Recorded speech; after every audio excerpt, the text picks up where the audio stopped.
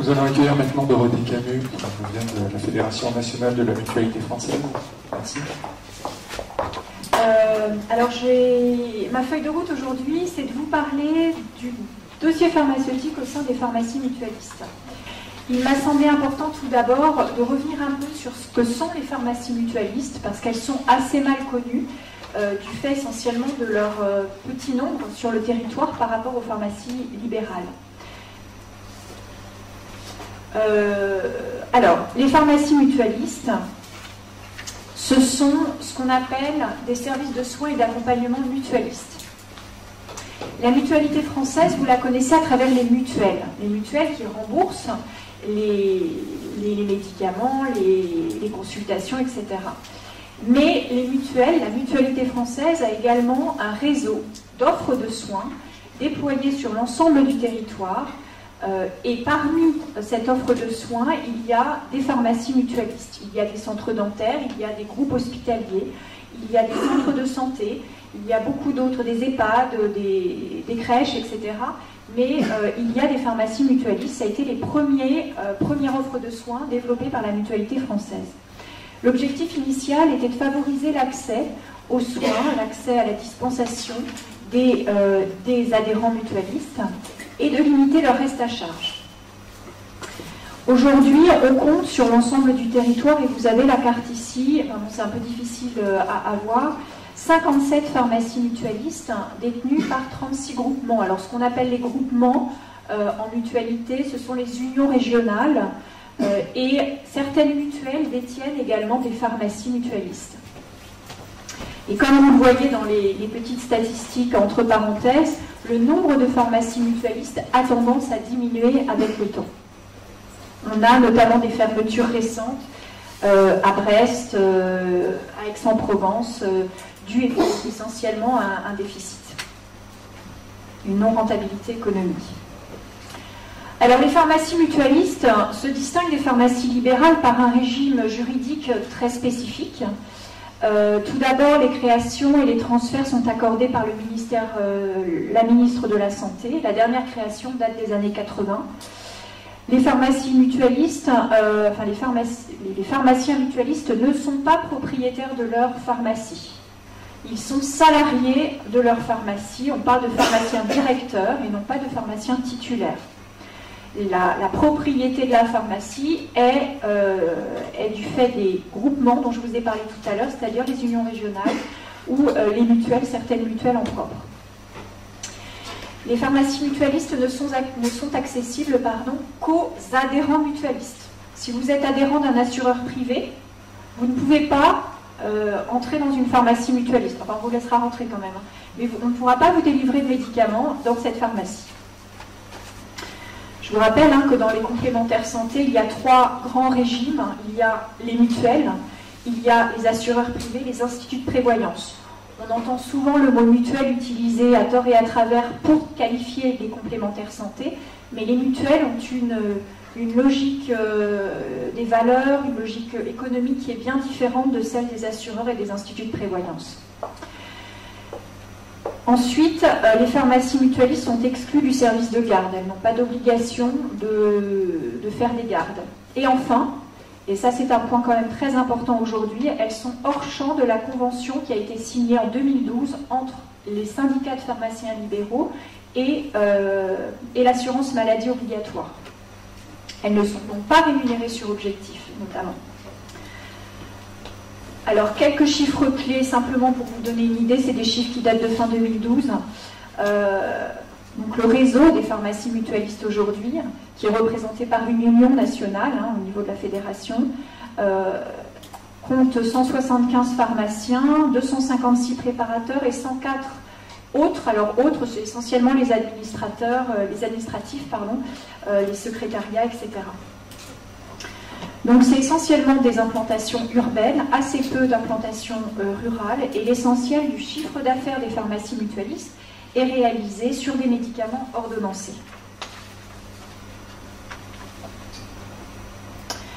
Alors, quand on m'a parlé du thème d'aujourd'hui, dossier pharmaceutique et pharmacie mutualiste, il m'a semblé fondamental de vous parler d'une expérience qui a été menée par les pharmacies mutualistes avant la création du dossier pharmaceutique qui est le DSPT, le dossier de suivi pharmacothérapeutique du patient. Donc, dans les années 2000, les élus mutualistes ont souhaité mettre en place un dispositif un peu à l'image de ce qui se passait au Canada, un dispositif visant à permettre au pharmacien dans son officine de suivre le patient et les prescriptions antérieures du patient et un certain nombre d'indicateurs biologiques et de caractéristiques médico-administratives du patient. Donc, une réflexion a été menée en 2005, une expérimentation a été menée dans 5 pharmacies mutualistes, donc vous avez les noms ici, pour créer ce dossier de suivi pharmacothérapeutique, donc qui intégrait des données administratives, des données physiologiques, des indicateurs biologiques notamment, bon, poids, taille, les vaccinations également, les allergies, et puis qui enregistrait l'historique de délivrance des médicaments.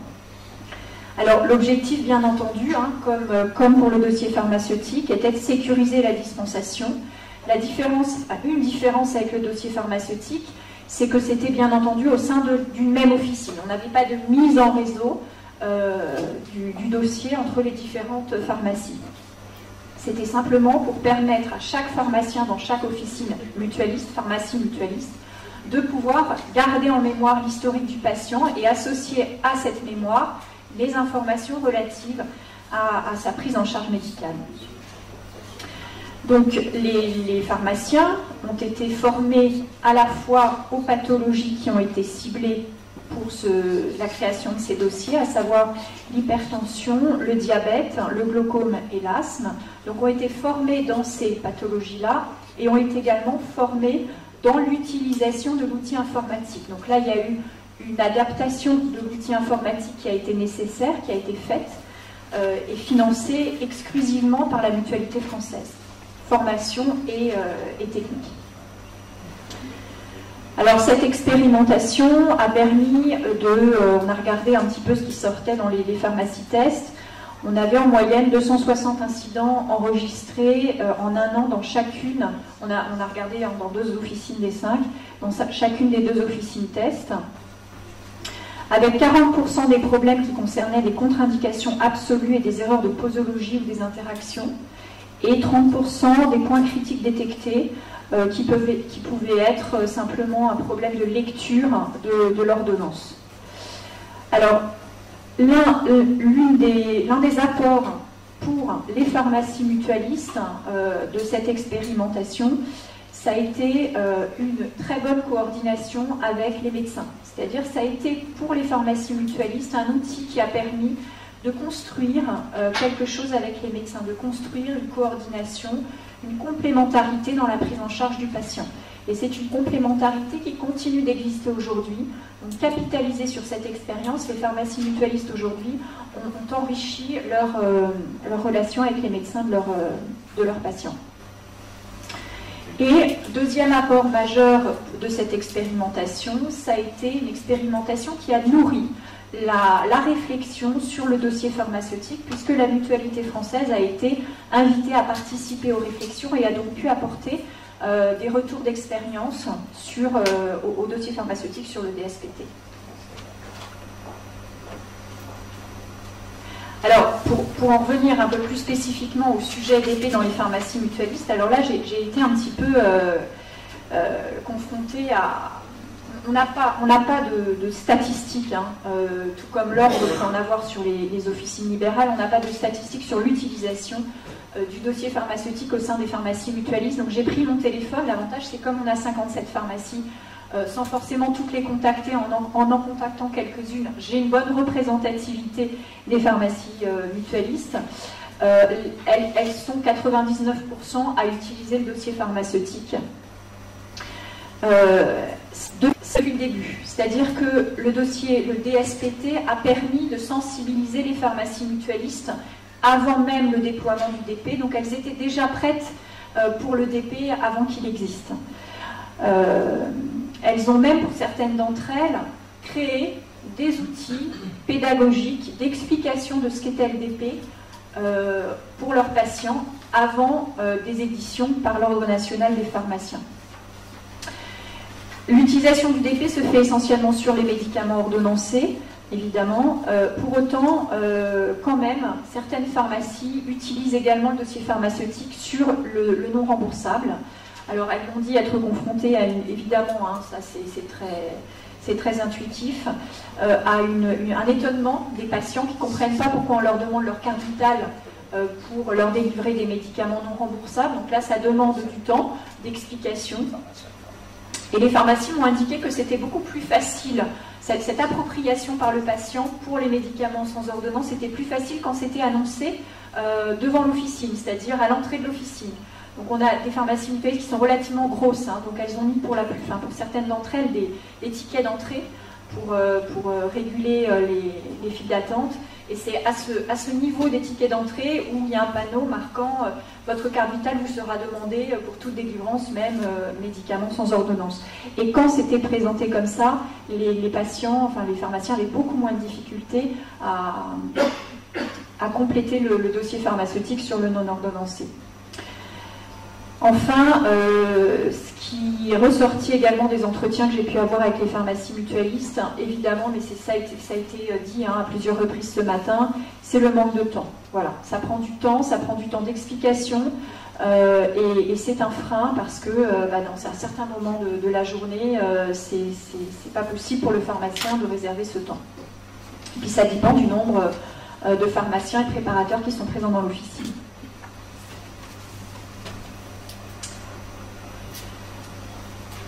Alors, la position de la mutualité à l'égard du dossier pharmaceutique, de la mutualité française. Bon, évidemment, la mutualité française est hautement favorable à tout outil permettant d'améliorer la prise en charge des patients et la coordination des professionnels de santé. Pour la mutualité, le pharmacien est un maillon central de la chaîne de soins. Et cette responsabilité forte du pharmacien nécessite bien entendu une exigence importante en termes de qualité. Et cette qualité, elle est assurée, permise par le dossier pharmaceutique. Avec notamment un contrôle au moment de la délivrance, un suivi des prescriptions, de l'observance et une bonne et complète information du patient. Donc cette conviction, ces valeurs, la mutualité les a montrées à travers son engagement en faveur du dossier pharmaceutique, du dossier de suivi pharmacothérapeutique, et aujourd'hui à travers le dossier pharmaceutique en lui-même. Alors comment? À son échelle.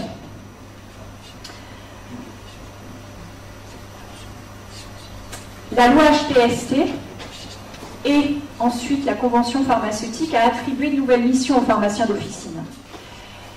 Et les mutuelles réfléchissent très profondément à l'exercice de ces nouvelles missions et à la place que le pharmacien peut et doit tenir dans la chaîne de soins et dans la prise en charge des patients de premier recours. Et des adhérents mutualistes, évidemment, en particulier. Elle est donc très attachée également, comme je vous l'ai dit précédemment, à l'importance d'une qualité associée à ces nouvelles missions, d'un contrôle de la qualité, d'une efficacité et d'une forme d'éthique. Et pour la mutualité, le dossier pharmaceutique constitue un outil absolument central pour assurer cette qualité dans l'exercice de ces nouvelles missions. Elle l'a affirmé lors de son audition en 2011 par l'IGAS. l'IGAS nous avait interrogé sur les modalités de rémunération de l'officine et sur les nouvelles missions de l'officine, des pharmaciens. D'une manière générale, pas seulement des pharmacies mutualistes, bien entendu. Nous avions à cette époque-là émis un certain nombre de propositions sur les nouvelles missions du pharmacien, notamment la vaccination, le suivi vaccinal, et nous avions souligné auprès de l'IGAS l'importance du dossier pharmaceutique pour accompagner le pharmacien dans ces nouvelles missions et l'importance d'élargir le rôle du dossier pharmaceutique, les compétences du dossier pharmaceutique, les fonctionnalités du dossier pharmaceutique. Je vous l'ai dit, la mutualité française réfléchit à de nouvelles missions avec les pharmaciens. Elle est en train elle réfléchit avec les 3 syndicats de pharmaciens libéraux, avec les représentants des pharmaciens mutualistes. On s'est tous mis autour de la table, avec les mutuelles également. On s'est tous mis autour de la table pour réfléchir à ce que les pharmaciens pourraient faire. Et le dossier pharmaceutique est une ligne directrice de toutes les missions et de tous les outils que nous souhaitons développer avec les officinaux, donc avec un engagement des mutuelles et de la mutualité de participer à la communication, l'information des adhérents mutualistes sur l'importance du dossier pharmaceutique. Une incitation des pharmacies mutualistes à utiliser le dossier pharmaceutique pour ce qui est notamment du suivi des patients atteints de pathologies chroniques, de la détection également, qui est un champ que nous explorons et qui a été évoqué tout à l'heure, et du suivi du calendrier vaccinal, qui pour nous est un enjeu majeur de santé publique. Donc voilà ce que je voulais vous dire sur le thème qui m'avait été proposé aujourd'hui, donc le dossier pharmaceutique et les pharmacies mutualistes. Je vous remercie.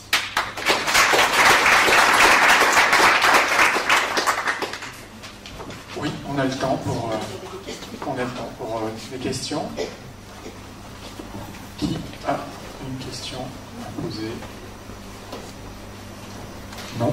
Bah écoutez, peut-être oui. C'est sans espoir la décroissance du nombre de pharmacies mutualistes. Ça va continuer. C'est très compliqué, c'est pas sans espoir. Non, on croit dans le réseau des pharmacies mutualistes. C'est un modèle économique qu'il faut réviser, qu'il faut restaurer. Et il y a des réflexions qui sont en cours sur Bon, il y a plusieurs choses qui expliquent ces relais de croissance. A priori, dans les années à venir, on va développer de nouveaux services qui devraient permettre de relancer la situation économique des pharmacies. Mais en tout cas, ce ne sont pas des pharmacies... Enfin, certaines d'entre elles sont excédentaires. Certaines d'entre elles se sont développées notamment sur la PDA, la préparation donc, des doses à administrer. Donc, ils sont spécialisés dans des services particuliers et arrivent du coup à se différencier. Mais effectivement, il faut une redéfinition du paysage des pharmacies mutualistes. Une restauration de leur modèle économique est nécessaire. Sinon, effectivement, c'est compliqué.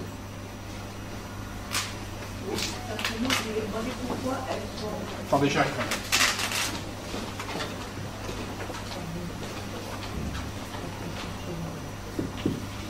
Bonjour. Pourquoi sont-elles exemptées de garde?